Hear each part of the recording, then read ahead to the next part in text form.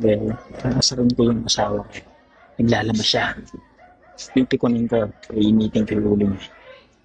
So,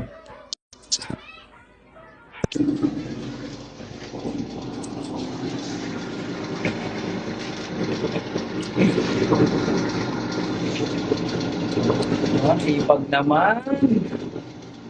Sipag naman. Ano makikilos niyan eh? Makikilos yan. Kahit naman nakikita mo yung tampak na yan.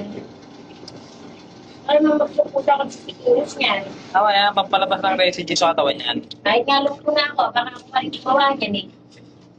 Para lumabas-labas ang pawis ng katawan. Na-exercise ang katawan. Okay, no? Ay, yung pawis na nakikita mo yan. Ano yan? Residue yan.